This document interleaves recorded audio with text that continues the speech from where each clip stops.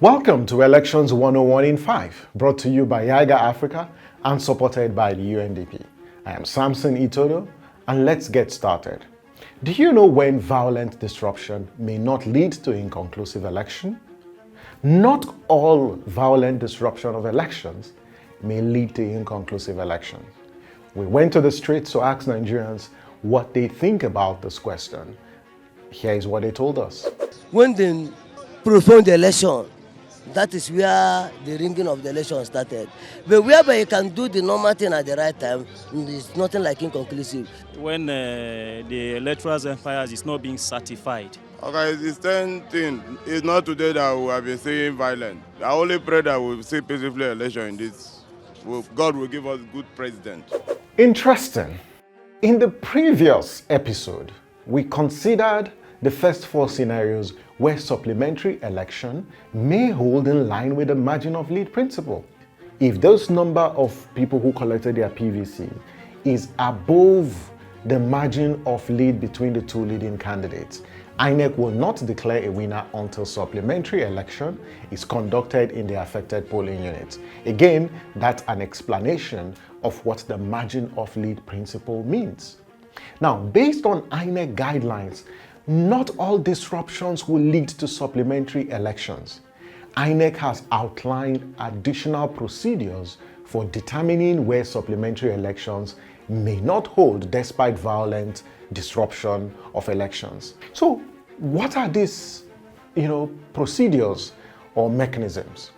One, where INEC determines that violent disruption occurred in a substantial number of polling units in a constituency before the announcement of result, a fresh date for election in those affected polling units may be announced by INEC, provided that the further supplementary election may not hold in the case of persistent disruptions and violence.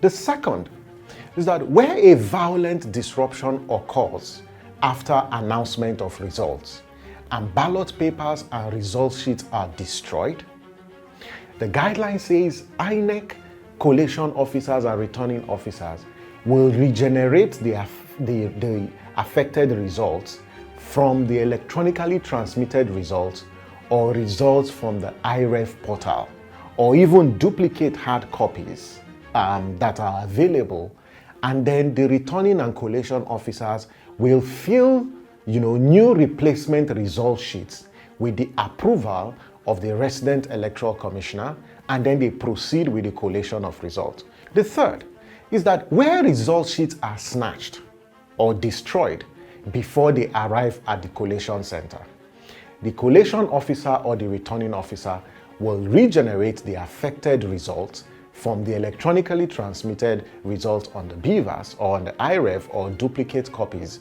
and also fill in a new result sheet, a replacement result sheet with the approval of the REC, and they proceed with the collation of results. The fourth, and not the last, that where balloting materials are still available, so where ballot papers and results sheets are still available or remaining after disruption at any stage of the election, INEC will proceed with the available materials and conclude that stage of the elections. However, where the materials are inadequate, a new date will be announced by INEC to conclude the elections. Now, those are the scenarios and the conditions where violent disruption of elections may not lead to inconclusive elections. Vigilance is key to making your votes count. And that's Elections 101 in 5. If you have any questions or any topics you'd like us to address on this show, please feel free to contact us using the handles and the addresses displayed on your screen. Do not forget, collection of PVCs is ongoing nationwide at INEC local government offices, and it will end on January 22nd, 2023. Please collect your PVCs and get ready to vote, because our lives depend on it. You don't have to wait to the last minute. Thank you for watching. I am Samson Itodo. Remember, your vote can make a difference. Please vote wisely. See you next time.